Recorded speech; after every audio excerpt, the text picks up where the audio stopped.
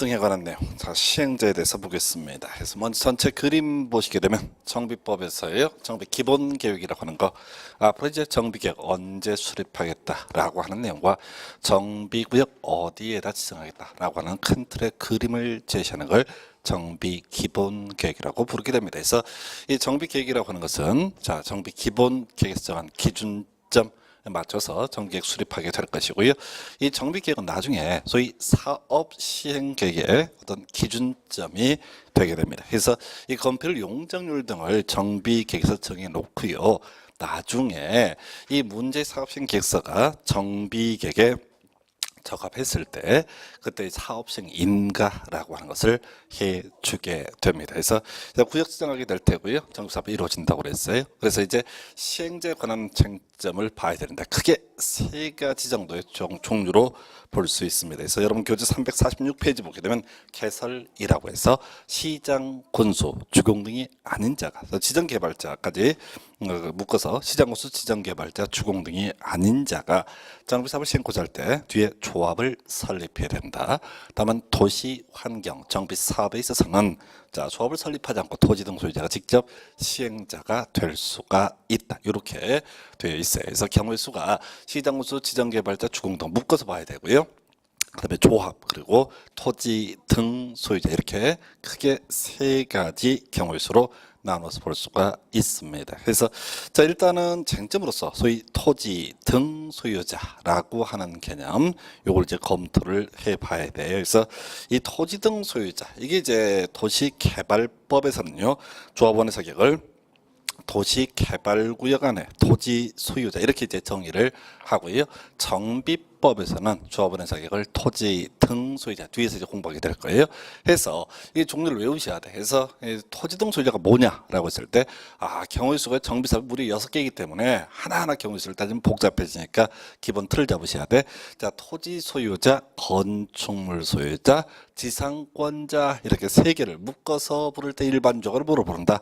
토지 등 소유자라고 부르게 됩니다. 한편 정비사업은 정비구역 내에서 이루어지는 게 원칙 이렇게 봤었죠. 그래서 토지 등 소유자가 뭐냐 했을 때 정비구역 안에 토지 소유자, 건축물 소유자, 지상권자 이렇게 가는 거예요. 그래서 계속해서 이제 암기하실 게 뭐라고? 토지 소유자, 건축물 소유자, 지상권자 이게 세팅이 되셔야 돼. 그 내용을 뭐 한번 본다고 해서 해결되는 게 아니기 때문에 토지 등 소유자가 뭐냐 했을 때 토지 소유자, 건축물 소유자, 지상권자. 근데 정비사업은 정비구역 안에서 이루어지는 게 원칙이니까 좀 살을 붙이면 정비구역 안에 토지 소유자, 건축물 소유자, 지상권자 이게 기본적인 축이에요. 그래서 문제 구성할 때는 주로 재개발 등을 가지고 예시를 하게 되는데 어찌됐든 간에 토지 등 소유자랑은 정비구역 안에 토지 소유자, 건축물 소유자, 지상권자라고 이렇게 되어 있습니다. 자 그리고 나서 자 가로주택정비사업을 보니까 우리가 가로주택정비사업은 정비구역이 아니라 가로구역에서 시행한다라고 공부했습니다. 그래서 가로구역 안에 토지 소유자, 건축물 소유자, 지상권자. 외울 게 일단 뭐야? 자 토지 소유자, 건축물 소유자, 지상권자를 가리켜서 뭐라 부른다? 토지 등 소유자 이렇게 미리 세팅이 되셔야 돼. 안 그러면 이제 무지에 꼬여버립니다. 그래서 자 정비구역 안에 토지 소유자, 건축물 소유자, 지상권자. 다만 가로주택 정비사업에 있어서는 가로구역 안에 토지 소유자, 건축물 소유자, 지상권자 이렇게 되어 있고요. 자 이제 출제 포인트는 재건축이에요. 더럽게 복잡하게 되어 있습니다. 그래서 크게 보니까 정비구역 안에 이런 표현 나와 있고 두 번째 정비구역이 아닌 지역 이런 표현 나와 있죠. 근데 이건 외울 수가 없어요. 길기 때문에 외울 수가 없어요. 그리고 분석을 하니까 뭐 부속 토지 소유자, 건축물 소유자는 있는데 지상권자 없습니다. 그게 논의 포인트예요. 재건축에서 토지 등 소유자의 범주에는 뭐는 포함되지 않는다. 지상권자는 포함되지 않는다. 이게 핵심이라고요. 해서 나중에 시험 문제 구성할 때 다음 중 조합원이 될 수 없느냐 하면 답이 딱 바로 튀어나와요. 재건축의 지상권자는 어떻다? 토지 등 소유자가 아니기 때문에 조합원이 될 수 없다. 또 다음 중 토지 등 소유자가 아닌 것은 하게 되면 답을 대놓고 재건축의 지상권자 혹은 문제 구성할 때 다음 중 토지 등 소유자를 고르시오라고 하게 되면 재개발 구역 안에 지상권자 이런 식으로 이 토지 등 소유자의 영역에서는 지상권자가 제일로 중요한 키워드예요. 나머지는 다 사이드야. 그리고 나중에 관리처분 계획할 때요, 공급 계획을 작성할 때 지상권자에 대해서는 분양을 하지 않는다. 뭐 이런 것들도 이제 나중에 이슈가 되는 거예요. 그래서 계속해서 지상권자, 얘가 뭐 토지 소유자, 건축물 소유자는 너무나 당연한 거니까 시험용으로 따져 물을 실력이 없다고요. 너무 간단하기 때문에 그저 지상권자라는 개념이 중요한 이슈가 되게 된다. 그리고 이 주제와 같이 맞물리는 것이 토지 등 소유자의 동의자 산정 방법, 머릿수를 세는 방법에 관한 것도 하나의 포인트. 자, 우리가 재개발 있고 재건축이 있다고 했을 때 재건축은 따져 부를 실력이 없습니다. 왜? 지상권자가 빠지기 때문에 경우의 수가 대단히 간단해요. 이에 비해서 재개발을 갖고 주로 이제 지문 구성이 이루어지게 되는데, 자, 지금요, 재개발에 있어서 토지 등 소유자는 정비구역 안에 토지 소유자, 건축물 소유자, 지상권자 이렇게 되어 있어요. 자, 이게 이제 기본 구조가 되게 될 것이고, 그럼 어떻게 산정할 것이냐? 자, 기본 축을 잡으셔야 돼. 무조건 한 명으로 친다. 이게 원칙이에요. 딱 하나 예외를 제하고 무조건 한 명이다. 해서 첫 번째 항목 공유 나와 있나요? 해서 하나의 필지 또는 하나의 건축물이 여러 명이 공유를 하고 있다라고 했을 때, 그때는 그 각각을 토지 등 소유자로 산정하는 것이 아니라 대표는 한 사람만을 뭘로 본다?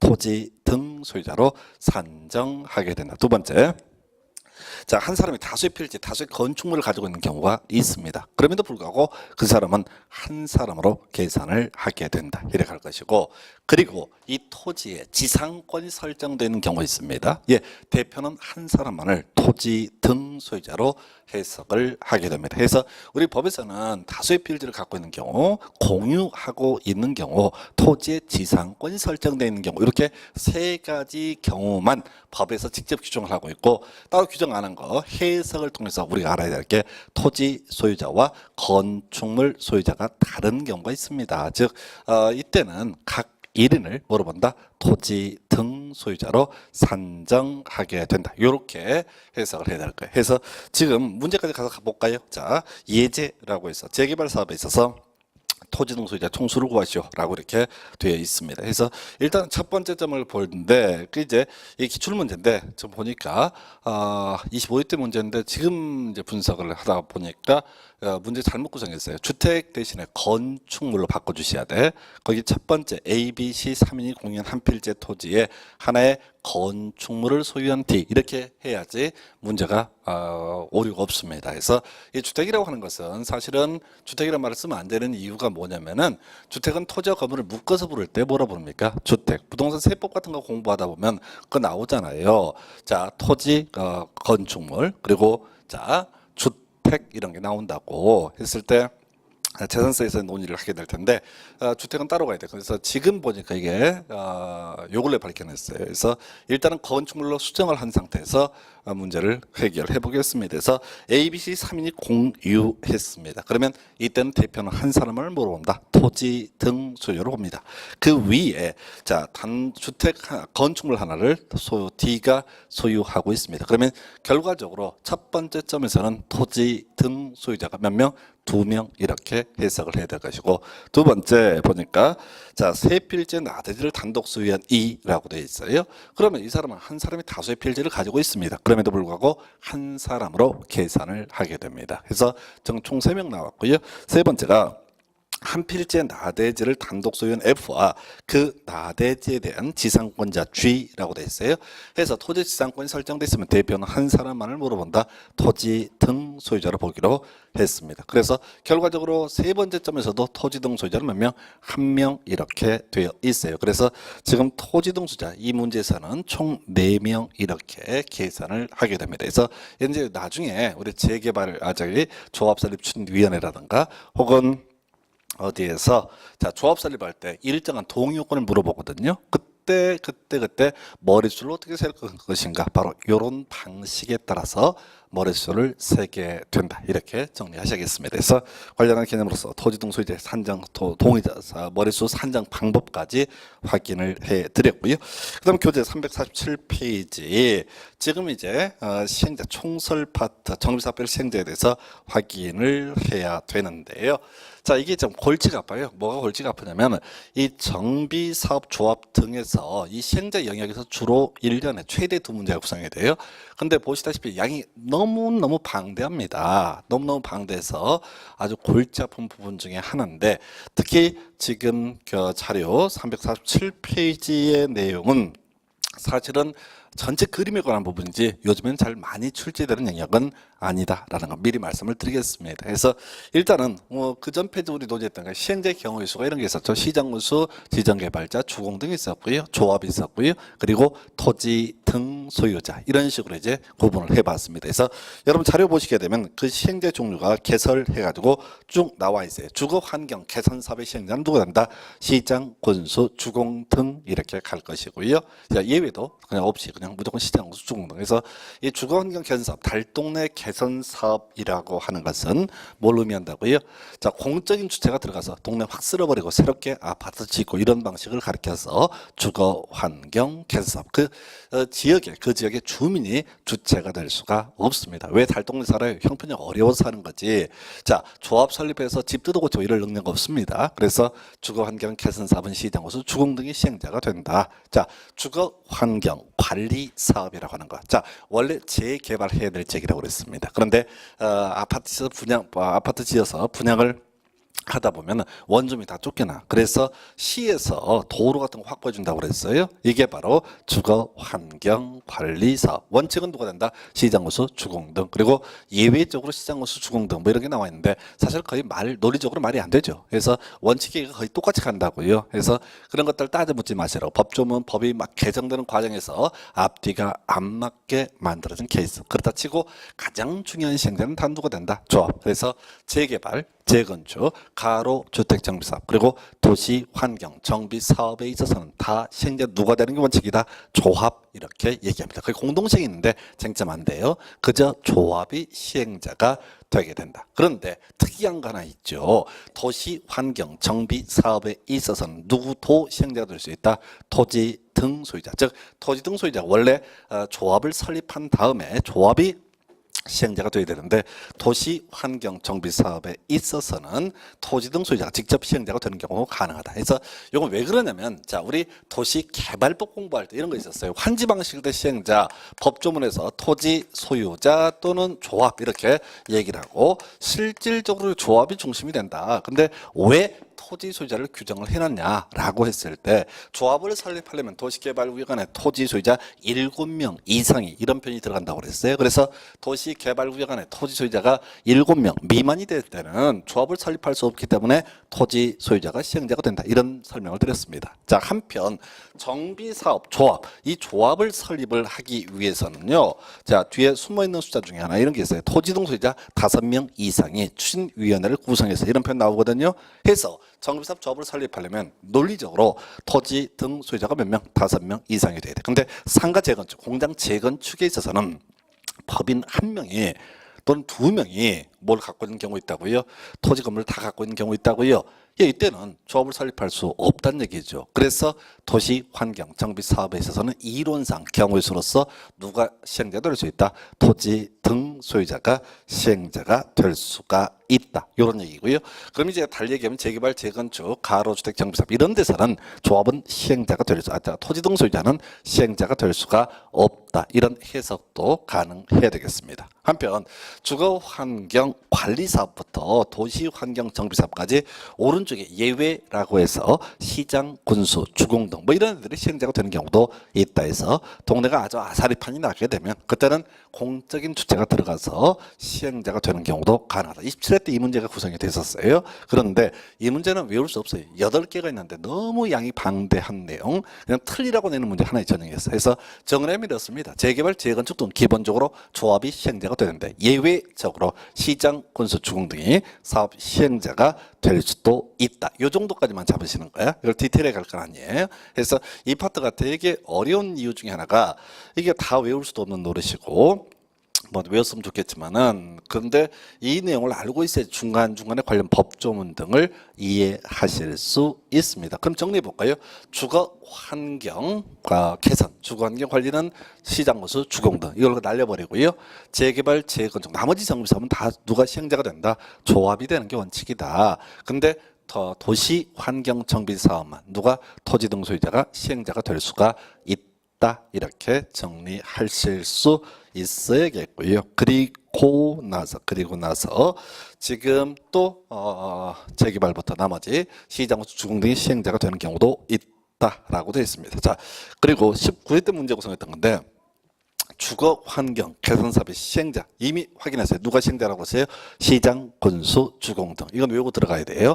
자, 그래서 과거에 이 주거 환경 개선 사업의 시행자를 가지고 숫자 많이 나와 있잖아요. 이걸 갖고 시험 문제 구성을 했던 바가 있습니다. 자, 근데 그 당시에 왜 이 문제를 출제를 했냐? 요걸 설명을 드릴게요. 그 당시에는 주거 환경 관리가 없었기 때문에 나머지 정비 사업 무조건 사업 시행자 누가 된다? 조합이다. 근데 유일하게 조합이 시행자가 될 수 없는 게 뭐가 된다? 주거 환경 개선 사업이다. 그래서 주거 환경 개선 사업의 시행자 시장구수 주공 등 너무 쉽잖아. 그래서 숫자를 물어봤던 문제가 있었습니다. 그래서 거기 보니까 3분의 2 과반수 2분의 1 나와 있죠. 무슨 얘기인지 따지지 마시고 3분의 2 과반수 2분의 1 점점 숫자가 줄어들어요. 3분의 2 그다음 과반수 2분의 1 나와 있죠. 그러니까 그렇게 외우시면 돼. 19회 때니까 벌써 8년, 7년 전에 나오고 안 나오고 있어요. 그래서 지금 자 주거 환경 개선 사업의 시행자 시장, 군수, 주공 등이고 자 19회 때 나왔던 숫자 물어보는 문제 얼마나 보기 좋아? 3분의 2 과반수 2분의 1 점점 숫자가 작아지고 있다. 요 정도까지만 가시면 돼. 이를 팔 이유가 없어요. 왜? 요즘에는 다시 이제 조합으로 거의 몰빵을 하고 있단 말이야. 요 최근에 한 7년, 8년 동안은 뭐 조합에서 계속 문제 구성이 되고 있어. 근데 불안하니까 3분의 2 과반수 2분의 1 지금 숫자 왜 이렇게 한두 개가 있거든요. 이렇게 절대 의미를 새기시면 안 돼. 돌아서는 순간 잊어버려요. 이런 문제는 괄호 넣기 문제만 출제를 해요. 너무 길기 때문에 객관식 지문으로 구성을 못합니다. 그래서 괄호 넣기만 넣는다고 출제한다고. 그럼 기억에 3분의 니은의 과반수, 디귿의 2분의 1 이렇게 출제하는 거예요. 그래서 의미를 새기지 마시고 출제 가능성 낮기 때문에 3분의 2 과반수, 2분의 1 이렇게 외우시고 주거환경 관리는 필요 없고요. 그 다음에 정비 사업의 대행이라고 하는 개념 나와 있죠. 자, 그래서 문장이 상당히 긴데 가끔 출제가 됐던 바가 있어요. 그래서 이건 설명이 좀 필요해서 보게 되면 앞에서 우리가 주로 정비 사업의 시행자는 누구다? 조합이다. 근데 예외적으로 시장, 군수, 주공 등이 시행자가 될 수 있다. 이렇게 설명을 드렸단 말이에요. 자, 한번 예를 들어볼까요? 지금 자 시장, 군수, 주공 등이 시행자가 되는 케이스는 조합이요. 알아서 정비 사업을 잘 하게 되면 시장, 군수, 주공 등이 나설 이유가 없습니다. 자기 집 자기가 따로 뜯어 고치는 거지. 고지 공적 주체가 나서 고쳐주고 말고 이럴 성질의 것이 아니거든요. 그러면 이게 이제 8가지 사유가 있다고 그런다고 주로 어떤 경우냐라고 했을 때 이런 경우예요. 일대 조합장님 자 구속되고요. 자 지금 법원에 가서 유죄 판결 받고 지금 이제 깜빵에 있어요. 2대 조합장님 기소돼서 지금 재판받고 있습니다. 3대 조합장님 지금 뇌물 받고 있어요. 뭐 이런 식으로 하다 보면 동네가 개판이 돼버리는 경우가 있어요. 재개발을 한다고 해서 한 10년 지나도록 아무것도 되는 것도 없고 안 되는 것도 없는 그런 상태에 이르게 되면 그때는 공적 주체인 누가 시장구수, 주공 등의 시행자가 될 수 있다. 이해되시죠? 여기까지는 좋아요. 근데 끝난 게 아니야. 자, 그러면은 지금 이런 동네에 시장 군수가 시행자가 된다라는 의미는 그 권리와 의무를 누가 다 먹는다? 시장 군수가 책임을 진다 이런 얘기야. 구체적인 내용을 보면 절대로 시장 군수는 공짜로 해주지 않아요. 받을 돈 다 받습니다. 근데 혹시 개발 이익이 있다면 누가 먹는다고? 시장 군수 등이 먹는다고. 자, 이런 한 10년쯤에서 아주 아사리판이 된 동네가 있다고 하십시다. 그랬을 때 시장 군수가 예외적 시행자로 들어온다라고 하면 사람들이 좋아할까요? 싫어할까요? 사람들 아무 관심이 없어요. 자기 재산권인데 아무 관심이 없어. 나중에 귀찮으니까 조합장한테 인감 도장을 아예 맡겨버려요. 자꾸 오라 가라니까. 별 관심이 없어요. 근데 몇 사람이 싫어해요. 지금 4대 조합장을 노리는 분이에요. 시장구수 기어 들어와버리면 이거 자기가 시행자가 못 되거든. 조합장 그럼 못 해먹거든. 그래서 몇 명을 그 알바생 등을 동원해서 앞에서 시위를 시작합니다. 시장은 물러가라 이렇게. 그때 나온 개념이 대행이에요. 의미를 새기셔야 돼. 예외적 시행자는 권리 의무가 그 시행자에게 다 귀속됨을 의미합니다. 대행이라고 하는 것은 권리 의무는 그대로 조합에게 남겨두고 실무적인 요소만 담당을 하게 되는 걸 뭐라고 한다? 대신 시행 대행이라고 부릅니다. 그래서 자 거기 색깔 입혀진 것만 외우셔야 돼. 시장 군수는 대신하여 직접 시행할 수 있다. 이해되시죠? 지금 대행자가 누가 될 수 있다고요? 시장 군수가 될 수 있다고요? 조합 또는 토지 등 소유자 이런 경우에 나와 있는데 간단하게 자 시장 군수는 대신하여 직접 시행할 수 있다. 또는 시장 군수는 주공 등을 시행자로 지정해서 대신하여 시행케 할 수 있다. 문장이 너무 길기 때문에 상당히 줄여서 출제하는 그런 경향이 있는데 소위 대행이라고 하는 개념도 존재한다. 이렇게 기억하실 것. 요즘에 잘 안 내요. 자, 그렇다 치고 지금 이제 자 시행자별 시공자 선정 나와 있죠? 그 다음 주제가 시행자별 시공자 선정 나와 있다고요. 이게 26회인가 27회 때 한번 출제가 됐는데 멘붕이었습니다. 자, 보시면 큰일 나요. 보시는 순간 멘붕에 빠집니다. 이게 이제 너무 어렵다는 얘기지. 그러면 이제 맥락을 파악해야 돼. 우리 앞에서 도시개발법 수용 방식으로 도시개발 사업을 시행을 함에 있어서 조성 토지 등의 분양 방법 원칙은요 경쟁 입찰이다라고 했었고 예외로서 자 추첨이라고 하는 것과 수의 계약이라고 하는 것이 존재했습니다. 몇 페이지에 수용 방식 여러분 자료 기준으로 336페이지 가서 보시게 되면 하단부에 조성 토지의 공급 방법 원칙은 경쟁 입찰 예외해서 추첨하고 수의 계약. 그래서 우리가 외워야 될 것은 추첨이라고 그랬어요. 330 이하의 단독 주택 용지 요거 하나만 자, 실제 외우시고 나머지 시험 지문에 뜨는 건 다 뭐야? 수의 계약. 되셨죠? 항목을 외우는 게 아니라 원칙 경쟁 입찰은 따로 얘기를 안 한다고. 그러니까 당연히 다 뭐가 된다고. 추첨이 아니면 다 뭐가 된다? 수의 계약. 이렇게 기억을 해달라고 그랬다고요. 자, 돌아와서 여러분 교재 347페이지 시행자별 시공자 선정 나와 있죠. 이 파트가 법조문에 아주 개떡처럼 만들어졌습니다. 그래서 시행자 경우수를 먼저 따지게 되면은 다시 기억해 봐야 돼요. 시장, 군수, 주공 등 또는 지정 개발자가 시행자가 되는 경우도 있을 것이고 조합이 가장 일반적이고 또 도시 환경 정비 사업에 있어서는 토지 등 소유자가 시행자가 되는 경우도 있습니다. 그래서 제가 정리를 해놓기를 자 정비사별 시행자 조합, 토지 등 소유자, 시장, 군수, 주공 등 이렇게 제가 정리를 해봤어요. 자, 근데 내용 볼 것도 없이 자 시공자를 선정할 때 경쟁 입찰을 해야 될까요? 수의 계약을 해야 될까요? 경쟁 입찰이죠. 따로 얘기 안 하면 당연히 우리가 상식적으로 경쟁 입찰이지. 만약 수의 계약을 하면은 조합장이 다 해쳐먹지. 대놓고 해먹지. 그래서 당연히 뭐가 된다? 경쟁 입찰. 경쟁 입찰을 외우는 게 아니에요. 너무나 당연한 거니까. 모르면 다 뭐가 된다고? 경쟁 입찰. 이걸 날려버려야 되는 거예요. 보통 공부할 때 경쟁 입찰 외우고 또 거기 보면 또 다른 거 외우고 머리도 안 좋으면서 이것도 외우고 저것도 쳐 외우다 보면 뭐 수업할 때는 뭐 알 것 같은데 좀 지나면 아무것도 안 남아. 남는 게 아무것도 없다고요. 그러니까 한계를 인정을 스스로 하셔야 돼. 머리가 천재가 아니라는 걸 인정해야 돼. 그러면 시험에 나오는 포인트는 경쟁 입찰은 답이 아니에요. 상식적으로 너무나 경쟁 입찰 너무나 당연한 얘기를 하고 있는 거라고요. 그걸 디테일하게 구체적으로 어떻게 경쟁 입찰 이게 중요한 게 아니라 당연히 경쟁 입찰에 관한 게 기본 쟁점이고 그건 건드리면 안 돼. 시험에는 항상 뭘 갖고 예외를 갖고 출제한다고 그랬어요. 경쟁 입찰이 아닌 것만 기억하시면 되는 거야. 다시 보기 앞서서 시행자의 경우수가 시장 군수 주공 등 조합 토지 등 소유자 이렇게 세 가지가 크게 중심축이라고요. 했을 때 먼저 조합부터 나와 있죠. 자, 조합이 시행될 때 원칙은 경쟁 입찰 나와 있죠. 경쟁 입찰 나와 있죠.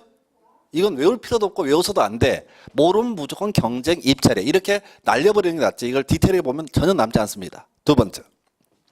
예외라고 해서 조합원이 100명 이하인 정비 사업의 경우에는 정관이 정하는 바에 따라서 선정할 수 있다라고 돼 있죠. 첫 번째 암기 항목. 자, 원래 정비사업 조합은 어떻게 한다고요? 정비사업 조합은 뭘 기준으로 자 경쟁 입찰이다. 그런데 조합원 수가 몇 명이 안 돼. 100명 이하야. 그러면은 집 짓는 게 100채 이하라는 얘기 기본적으로. 그러면 경쟁 입찰이고 지랄이고 건설에서 안 덤벼. 집 몇 채 되지도 않는데 뭐로 와. 거기다 굳이 강제적으로 경쟁 입찰을 붙여봤자 남는 게 없다고요. 이때는 어떻다? 정관이 정하는 바에 따라.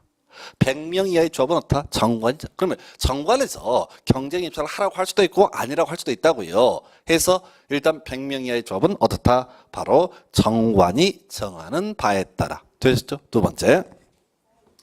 토지 등 소유자 나와 있어요. 자, 토지 등 소유자가 시행자가 되는 건 딱 한 가지죠. 도시 환경 정비 사업에 있어서 토지 등 소유자가 시행자가 될 수 있다라고 했었고요. 이때는 뒤에 보니까 규약 동그라미 규약이 정하는 바에 따라라고 나와 있죠. 해서 색깔을 제가 안 입혔는데 규약을 동그라미 치시면 되는 거예요. 자, 조합에는 내부 관계를 규율하는 어떤 약속, 이게 정관이라 부르고요.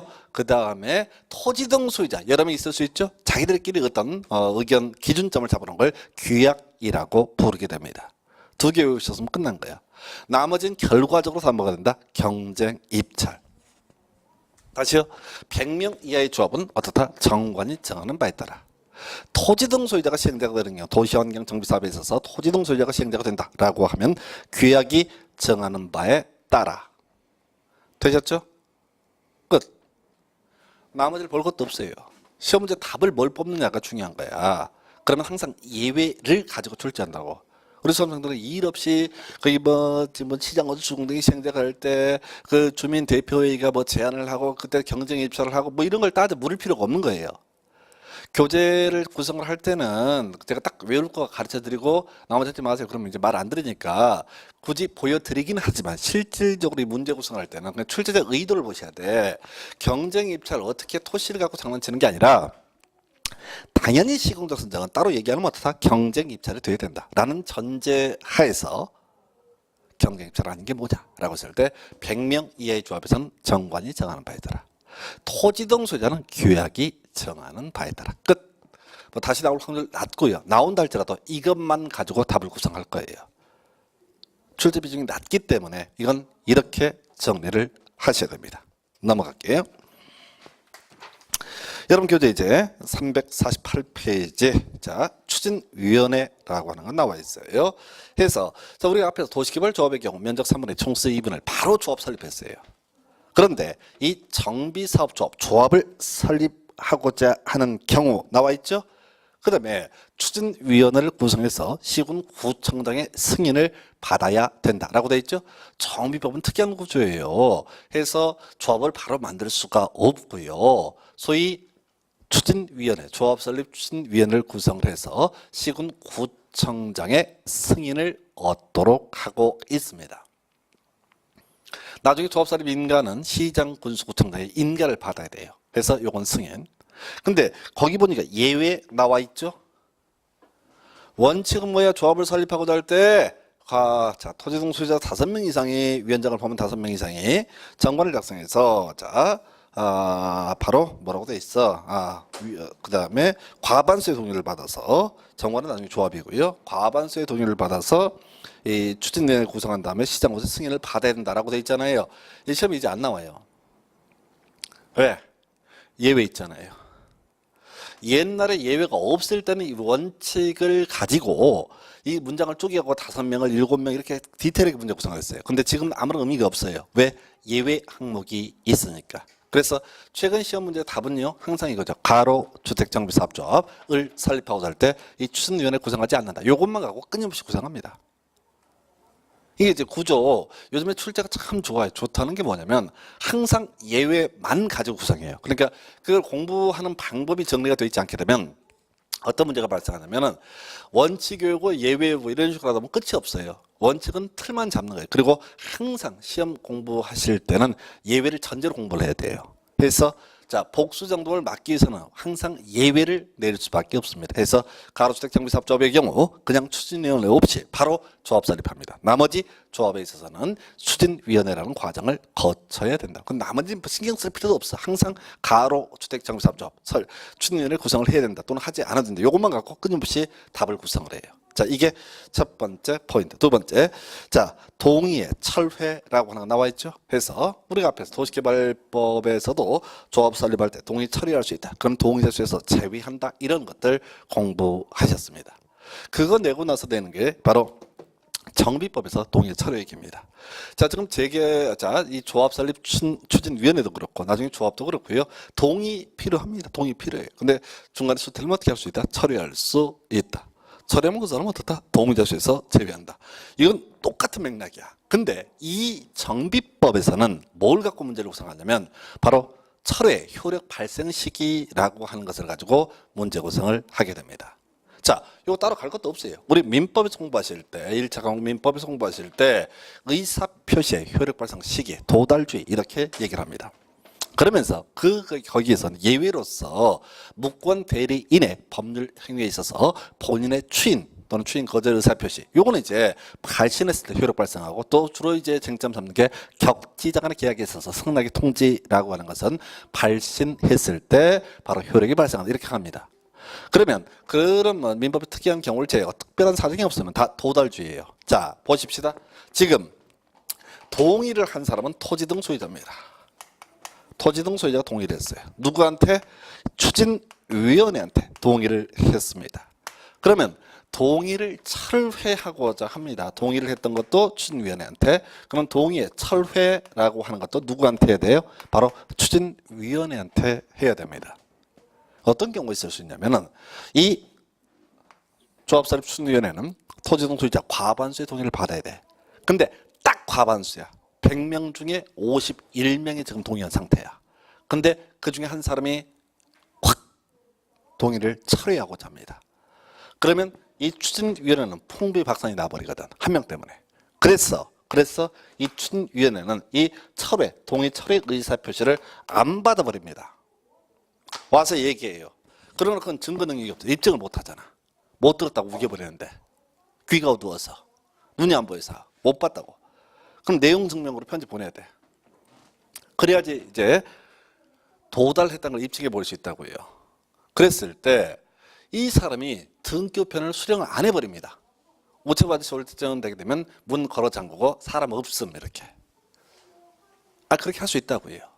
그런데 우리가 추진위원회를 구성을 할 때 누구의 승인을 받아라? 시군구청장, 시장구청장의 승인을 얻도록 해라. 그럼 뭐냐면 이 동의라고 했다는 사실을 누구도 알 수 있다. 시군구청장도 알 수가 있다. 이게 전제가 돼야 돼. 그래서 우리 법에서는 이 추진위원회가 편지 안 받는 걸 대비해서 자, 이 사람이 철회를 할 때 누구한테도 일단 의사표시를 할 수 있다고요? 시군구청장. 그리고 또 누구한테도 추진위원회도 의사표시를 할 수 있어요. 근데 주의하실 게 문제는 시군구청장한테 철회 의사표시를 했을 때 효력 발생해요, 안 해요? 안 합니다. 누구? 상대방한테 도달 안 했잖아. 결국은 추진위원회에 도달해야 된다고. 근데 일반 개인은 팩스가 보통 없어. 근데 시군구에는 팩스가 있어. 시군구에서 철회했던 사실을 팩스로 넣어버릴 수 있다고요. 그래서 이런 경우의 수를 상정해서 만들어진 조문이 이거예요. 일단 자, 중요한 거 빠른 때 효력이 발생한다 라고 돼 있죠. 그러니까 이 얘기는 뭐냐면은 다이렉트로 시군구청장, 추진위원한테 철회 의사표시가 도달하는 경우도 있을 것이고, 또는 시군구청장을 통해서 철회 의사표시가 도달하는 경우도 있을 거란 얘기죠. 그랬을 때 뭐라고요? 그 중에서 빠른 의사표시, 먼저 도달한 의사표시, 이때 바로 효력이 발생한다. 법 좀 보겠습니다. 이렇게 되어 있어요. 보니까 자, 지금 동의의 철회나 반대 의사표시, 철회서가 동의 상대방에게 도달한 때, 이게 가장 일반적인데, 또는 시군구청장이, 시장군수가 동의 상대방에게 철회서가 접수된 사실을 통지한 때, 그러니까 직접 도달하거나 통지를 통해서 도달하게 된 때 중에서 다 빠른 때 효력이 발생되게 된다. 이렇게 되어 있어요. 그래서 요거 하나 전에 한번 사례형 문제를 구성을 해서 한번 출제가 이루어졌고요. 그 밑에 이 추진위원회 업무라고 하는 건 나와 있어요. 이게 이제 시험 문제 구성되면 미쳐버립니다. 자, 일단은 보십시다. 전체 그림을 보셔야 돼요. 이 추진위원회 업무를 외울 수 없어요. 너무 복잡하니까. 그러면 추진위원회 업무가 아닌 것을 외우셔야 돼요. 그럼 추진위원회 업무가 아닌 게 뭐냐 했을 때 바로 조합의 업무가 무엇이냐를 판단하셔야 됩니다. 자, 볼까요? 지금 시행자가 뭐랍니까? 사업시행 계획 작성에서 사업시행 인가를 받습니다. 관리청 계획 작성에서 관리청 계획 인가를 받습니다. 그래서 결론적으로 이 추진위원회는 사업시행 인가 신청을 하거나 또는 관리청 계획 인가 신청을 할 수 있다 없다? 없다. 사업시행 계획서를 작성하고 관리청 계획을 작성하는 누가 하는 거라고요? 바로 조합이 하는 거다. 이렇게 가셔야 돼. 그러니까 이 추진위원회 업무가 법조문에 나와 있다고 해서 이걸 중얼중얼 한다고 해서 외워지지도 않고 포인트가 없다고요. 출제자의 의도를 파악을 하게 되면은 바로 뭐야? 이건 사업시행 계획서의 작성이라든가 관리 청객 작성은 누가 할 수 없다? 추진위원회가 할 수가 없다. 이렇게 가셔야 돼. 이게 어렵다고요. 전체 맥락을 이해하셔야 된다고. 이게 시험 문제 구성할 때 그냥 단순히 토시 바꿔치기 이렇게 내지 않아요. 큰 그림을 자꾸 물어봐요. 사업시행 계획서의 내용과 관리청 계획의 내용을 비교하는 식으로 출제한다고.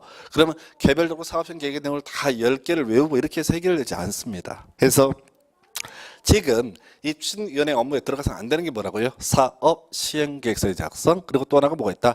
관리 처분 계획의 작성. 그런데 그 중에서 여러분 차례에 그 6번을 보니까 6번 아니구나. 자, 어디 있어? 지금 여기는 빠져 있구나. 빠져 있으면 다행이고. 자, 법조문에 그런 게 있어요. 계략적인 사업 시행 계획서의 작성. 이게 추진위원회 업무입니다. 헷갈리면 안 돼요. 그냥 사업시행 계획서의 작성은 누가 하는 것이고 조합이 하는 것이고 계략적인 사업시행 계획서의 작성은 추진위원회도 할 수 있습니다. 이건 뭔 소리냐면 자 보십시다. 조합을 설립하려면 좀 이따 확인하겠지만 동의 요건을 충족을 해야 됩니다. 근데 토지등 소유자 조합원한테 그냥 동의하세요. 그럼 동의 안 한단 말이지. 그럼 이빨을 까야 되죠. 개구라칩니다. 아저씨 지금 20평 땅 갖고 있는데 이 땅 조합원으로 가입을 하시게 되면 앞으로 아파트 38평짜리 하나 드리고 한 2억 정도 남을 거라고 계획 불허를 쳐. 그래야지 도장을 찍는단 말이에요. 그게 바로 바로 계략적인 사업시행 계획서랑 관련이 된 거예요. 대강 몇 세대 주택이 나온다. 이걸 계산을 해봐야 된다. 이런 얘기죠. 그래서 일단은 뭐 얘기가 좀 길어졌는데 이 추진위원회 업무가 될 수 없는 게 뭐라고요? 사업시행 계획서의 작성이라든가 관리 처분 계획의 작성은 이 추진위원회 업무가 될 수가 없다. 이 결론을 외우셔야 돼. 10년 동안 딱 한 번 나왔다고 이 파트에서. 근데 결국은 물어보는 게 뭐냐면은 조합의 업무하고 조합 설립 추진위원회 업무를 비교하는 형식으로 출제가 됩니다. 그래서 그 정도. 나머지는 별 쟁점 안 되고요. 그 다음에 이제 조합의 설립이라고 나와 있어요. 자, 일단은 크게 세 개인가요? 동의, 설립인가, 설립 등기 이렇게 되어 있습니다. 동의, 설립인가, 설립 등기. 이런 과정을 거쳐서 다 조합은 설립됩니다. 조합의 종류가 몇 개가 있었죠? 재개발, 재건축, 가로주택, 그리고 도시환경정비사업조합까지 크게 조합은 4개가 있습니다. 해서 분석 들어가면 첫 번째 재개발, 그리고 법조문 보니까 도시환경정비사업이 나와 있죠. 법조문에 설립이라고 해서 재개발 도시환경정비사업의 추진위원회가 조합을 설립하려면 숫자 외우셔야 돼. 4분의 3의 2분의 1 나와 있죠. 누가 그러더만 4, 3, 2, 1이라고. 그렇게 외우시면 돼. 면적 4분의 3 총수 2분의 1 이렇게 외우시면 안 돼. 얼마 안 갈 테니까. 그냥 4분의 3, 이 문제는 항상 괄호 넣기 문제로 나온다니까요. 앞에가 4분의 3, 뒤에가 2분의 1이라고요. 재개발의 설립 동의요건 4분의 3의 2분의 1. 일단 동의요건만 먼저 분석합니다. 그리고 그 밑에 자 재건축 나와 있죠. 외우지 마요. 이건 더 많아. 숫자가 너무 많아서 복잡하니까 외우지 마요. 그 다음에 가로주택 정비사업조합 나와 있죠. 10분의 8에 3분의 2 나와 있죠. 외우시면 돼. 그래서 실질적으로 지금 재개발 또는 도시환경정비사업조합에서는 4, 3, 2, 1, 4분의 3에 2분의 1 이래 갔던 것이고 가로주택 정비사업은 뭐라고요? 10분의 8에 3분의 2 이렇게만 외우시면 된다고. 재건축은 주택단지 안과 주택단지 밖을 막 따져 물어요. 그래서 여기는 일부만 넣었는데 외우지 마요. 힘드니까. 숫자도 복잡하고. 그러면 시험 문제가 어떻게 나오냐. 과거에 나왔던 문제들을 분석하면 이런 식입니다. 다음 중 조합의 설립 동의요건 등에 관련해서 숫자 올바르게 연결된 것은. 그럼 첫 번째 이 관련 문제 나올 때 이렇게 나와요. 첫 번째 재건축 계약 어쩌고 이렇게 해놓고 그 다음에 재개발 해서 어쩌고 이렇게 나온다고. 그러면 일단은 재개발 4분의 3에 2분의 1만 외우면 답을 맞출 수 있다고 해요. 재건축을 몰라도 답을 맞추게 구성을 한다고. 그리고 그 다음 문제 이렇게 뽑아요. 주택단지가 아닌 지역의 재건축 어쩌고 그리고 가로주택 정비사업조합 10분의 8에 3분의 2 이렇게 이것만 알아도 답을 맞출 수 있게 구성을 한다고요. 근데 항상 어렵게 문제 구성을 하는 걸 보여주기 위해서 재건축을 툭 던진다고 그러면 멘붕 온다고 문제는 이 재건축을 외우려고 애써 용을 쓴다 할지언정 확률상 낮아요. 그러니까 특히나 나중에 4, 3, 2, 1, 10분의 8에 3분의 2가 줄줄줄 다 외워졌을 때 그때 가서 재건축을 외우시라고. 그런 날은 안 올 거예요. 근데 이거 외우기도 힘들어요. 해서 지금 정비사업 조합에 있어서 첫 번째 출제 포인트 바로 뭐라고요? 숫자 물어보는 거. 이건 이제 괄호듣기 문제라면 출제가 됩니다. 길기 때문에. 자, 이런 게 하나가 있고요. 다시 돌아가서 재개발에서 변경 나와 있죠? 변경 나와 있죠?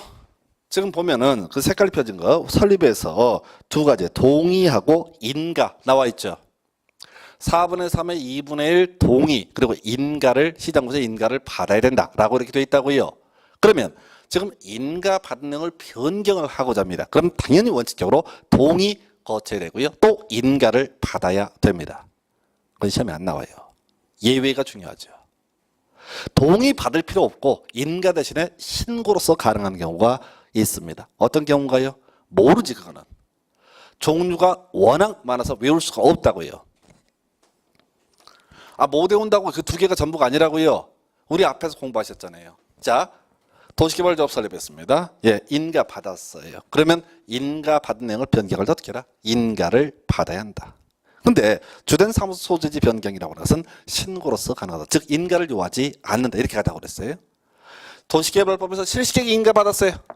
자, 인가된 내용을 인가된 실시계획을 변경을 하고자 합니다. 그럼 어떻다고요? 다시 인가를 받는 게 원칙입니다. 그런데 시험에 뜨는 건 경미현상. 이런 상은 인가를 요하지 않는다. 도시개발법에서 환지계획 인가 받았습니다. 인가된 내용을 변경할 때 원칙적으로 인가를 받아야 됩니다. 그런데 이러한 내용을 변경하고자 할 때 이때는 어떻다? 인가를 요하지 않는다. 시험 문제 구성할 때는 어쩌고 인가를 받아야 된다. 틀리게 구성한다고요. 정비법에서 세 군데가 나온다고요. 자, 정비법에서 조합 설립하려면 인가 받아야 된다고요. 그 전 단계에서 동의도 받아야 돼. 그 인가된 내용을 변경하고자 한다. 그럼 당연히 동의받고 인가를 받는 게 원칙인데 시험에 문제 구성을 할 때는 동의 필요 없고 또 인가가 아니라 신고로서 가능한 경우가 있다고요.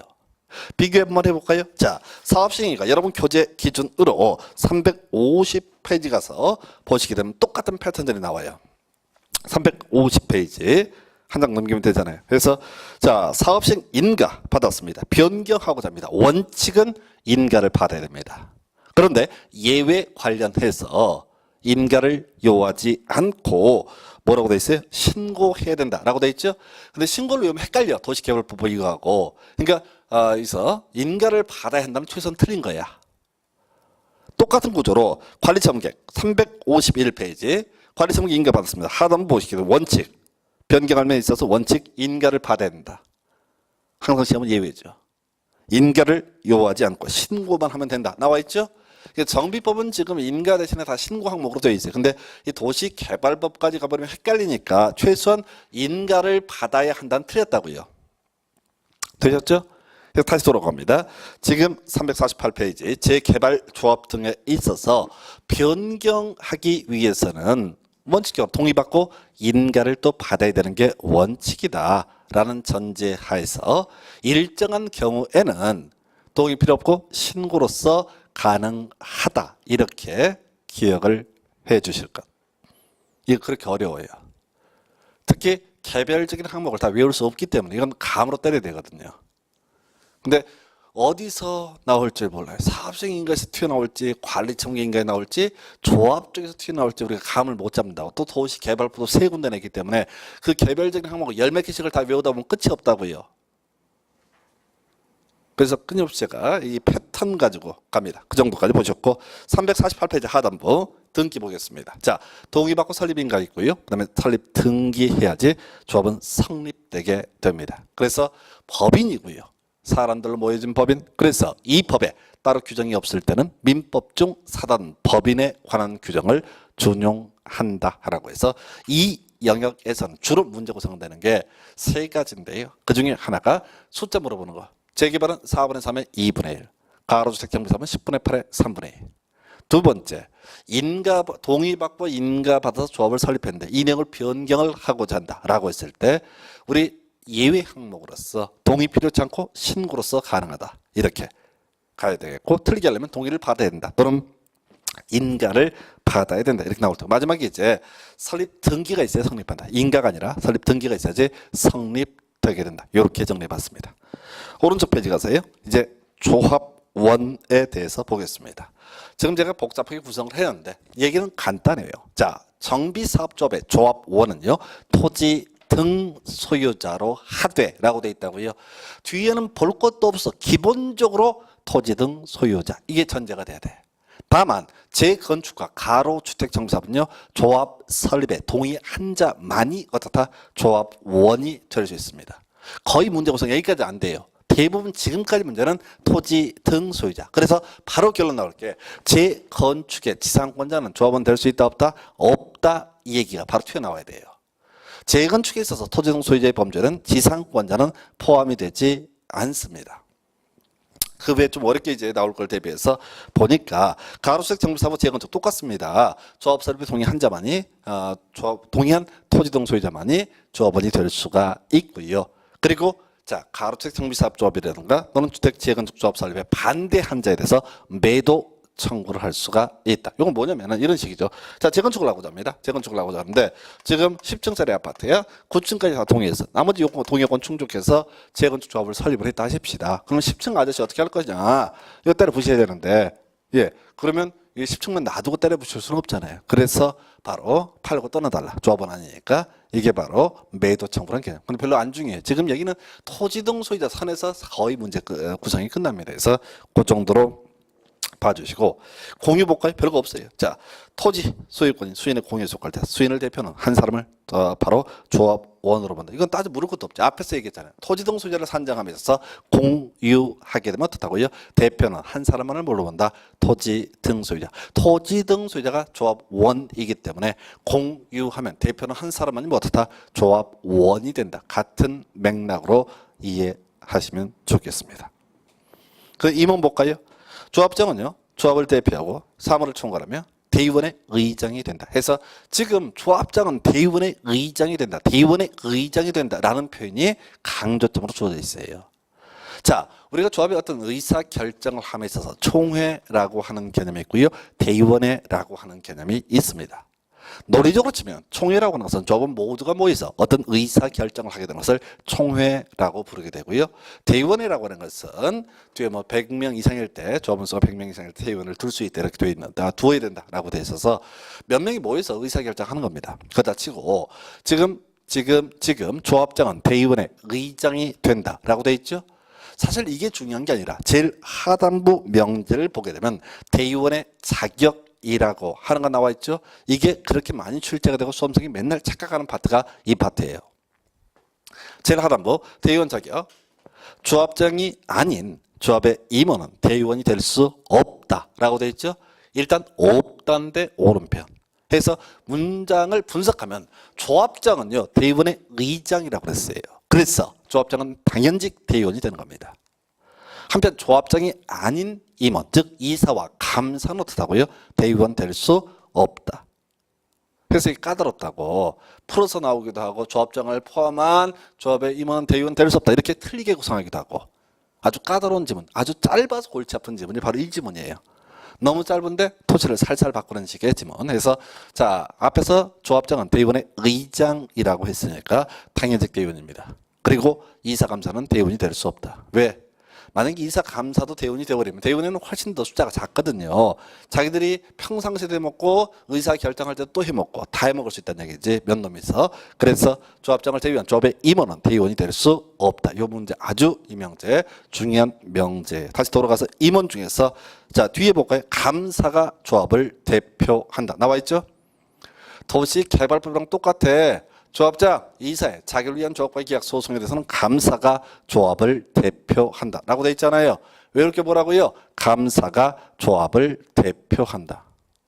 원래 소송, 계약 등등 조합장 혹은 이사가 조합을 대표하는 게 원칙이다. 근데 자기계약, 쌍방대리 뭐 이런 것들이 문제들이 발생할 수 있기 때문에 바로 감사가 조합을 대표한다. 왜 그럴까 뭐라고요? 틀리게 나올 때는 이사가 조합을 대표한다. 이런 식으로 출제합니다. 앞쪽 경우수를 따지지 마시고 그저 감사가 조합을 대표한다. 겸직은 할 수 없다. 어렵지 않고요. 없다는 오른편. 그 다음에 또 한때 유행했던 게 당연 퇴임이죠. 자, 임원이 결격 사유에 해당되거나 선임 당시 이미 결격 사유자였음이 판명된 때 당연 퇴임하고 그만둬야 된다는 얘기죠. 쟁점은요. 뒤에 퇴임 전에 관여한 행위는 효력을 잃지 않는다. 퇴임 전에 관여한 행위는 효력을 잃는다. 그럼 틀린 표현 퇴임 전에 관여한 행위는 효력을 잃지 않는다. 그래서 이 문장은 항상 뒤에서만 갖고 사는 거지 앞쪽은 틀을 쓰지 않습니다. 그 외에 새롭게 법 개정에 따라 추가된 것이 임기조항입니다. 3년 이하고요. 연임할 수 있다. 이렇게 되어 있어요. 그래서 과거에는 이 법조문에 이 조합 임원에 임기조항 이런 게 없었어요. 그러니까 재개발 조합 등을 한번 설립하게 되면 조합장이 나중에 검찰 구속되기 전까지 계속 헤쳐먹어요. 그렇다고 만약에 임기 조항을 두게 되면은 어떻게 돼요? 일단 3년 지나게 되면 스톱해야 되잖아. 다시 연임을 하든 말든 다시 투표도 해야 되고 등등등. 그래서 이 걸러낼 수가 있다는 얘기죠. 중간에 사고치고 이런 것들을. 근데 과거에는 조합장의 임기 이런 조합 임원의 임기 조항이 없어가지고 한 번 조합장 영원한 조합장 이렇게 해서 이런 문제가 있어. 그래서 법 개정에 따라 3년 이하고요 연임할 수 있다. 현실적인 문제를 감안한 거죠. 그래서 그 정도. 총해 볼까요? 자, 보니까 의사정족수하고 의결정족수가 있어요. 쟁점은요. 의사정족수가 중요해요. 의결정족수가 중요해요. 의사정족수는 총회를 개회하기 위한 요건입니다. 의결정족수는 어떤 사안을 결정하기 위한 요건이에요. 그러면 의결정족수가 훨씬 중요해. 시험 지문에 의사정족수가 뭐라고 튀어나오든 아예 다 무시하실 것. 책에상 제가 넣어놨는데 의미 없어요. 그죠? 답이 되는 것은 의결정족수 3분의 압도적인 동의가 필요한 사안이 뭐냐라고 했을 때 크게 3가지 정도로 볼 수가 있습니다. 거기 이제 보면은 정비사비 증가는 지금 큰 쟁점 아니고 주된 출제 포인트는 정관, 변경 나와 있죠. 조합에 정관이 있다고 그랬어요. 조합의 정관 내용 중에 다음의 내용 6개를 변경을 하고자 할 때는 반드시 의결정족수 3분의 2의 요건을 충족을 해라. 해서 크게 3가지입니다.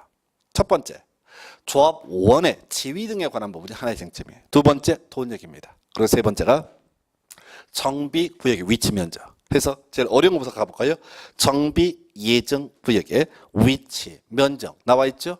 해서 이런 얘기입니다. 지금 정비사업을 하기 위한 구역이 정해져 있다고요. 이것을 변동을 가한다. 변경을 가한다. 자, 정비사업을 하기 위한 정비구역이 대강 정해져 있는데 이거를 위치를 바꾼다. 여기는 빼고 여기는 추가하고. 그러면 바로 조합원의 권리 의무와 직결되는 큰 문제입니다. 그래서 정비예정구역의 위치, 면적 등을 정관에서 변경을 하고자 할 때는 의결정족수 3분의 2 이상의 동의를 받아야 된다. 이렇게 하는 거예요. 그리고 그게 이제 1번부터 보니까 조합원의 자격에 관한 사항. 조합원 나와 있죠. 두 번째, 조합원의 제명 탈퇴 이런 거 나와 있죠. 세 번째, 조합의 비용 부담에서 일단 1번, 2번 얘기는 돈 얘기, 조합원에 관한 부분입니다. 생사여탈권, 의결정족수 3분의 2 이상의 동의를 요한다. 이렇게 할 것이고, 그 다음에 조합의 비용 부담 나와 있고요. 정비 사업비 나와 있고요. 시공자 나와 있죠. 그래서 시공자는 약간 애매하긴 한데 결국은 어떤 건설회사를 선택하느냐에 따라서 가격이 달라지죠. 그래서 지금 돈에 관련된 부분, 조합원에 관련된 부분, 돈에 관련된 부분 같이 묶어서 시공자까지 그리고 정비 예정구역의 위치 면적 이런 것들을 변경하고자 할 때는 총회 의결을 거쳐야 돼요. 그 다음에 의결정족수 3분의 2 이상의 동의를 받아야 된다. 해서 나중에 이제 비교하면 좀 암기가 되면 이제 기억할 만한 게 도시개발법에서는 총회 필수 의결사항 요거랑 이제 비교할 만한 여기가 될 거예요. 그래서 최근 문제에서는 거의 이제 한 해 걸러 한 번씩 여기 지금 정관 변경 중에서 의결정족수 3분의 2 이상의 동의를 요하는 거 요걸 갖고 주로 문제 구성을 해요. 나머지 의사정독 수지문 이런 것들 시험 지문에 뜰 수 있는데 큰 쟁점 되지 않습니다. 그리고 이게 어렵다는 게 지금 의결정독수를 아예 대놓고 물어봤던 적도 있고요. 그 다음에 조합 설립부터 시작해서 쭉 지문 축축 뽑아주면서 지문 딸락 하나 가지고 답을 또 뽑아요. 틀리든 맞든 해서 이게 그렇게 중요한 포인트가 되게 됩니다. 마지막 대의원에 설치해서 100인 이상일 때 두어야 한다라고 되어 있죠.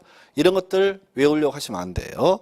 나중에 이 도시개발조합, 암기가 기본서가 나오면 볼 텐데 도시개발조합의 경우 50인 이상일 때 둘 수 있다 이렇게 나왔다고, 또는 이거 지문 구성할 때 100인 이상일 때 둘 수 있다 이렇게 틀리게 뽑아. 근데 그걸 못 외워. 그 말이 그 말이니까 해서 아예 무시하시라고, 숫자 기어 나오면 뭐 그런 것 같다고 넘어가시라고, 뭐가 틀리고 맞고 욕심 부리지 마시라고. 여기서 계속 최근에 답을 보고 있는 가장 유력한 것은 의결 정독수 3분의 2. 이거 물어보는 거 너무너무 중요한 포인트고요. 그리고 중간에 이제 이미 본 것처럼 임원 이런 것들도 섞어서 막 구성이 되고 있습니다. 그래서 자, 이렇게 해서 정비사업 시행자 중에서 조합을 중심으로 살펴봤고, 다음 시간에는요, 자, 사업생 인가부터 이어서 가도록 하겠습니다. 자, 오늘 여기까지 가겠습니다. 수고하셨습니다.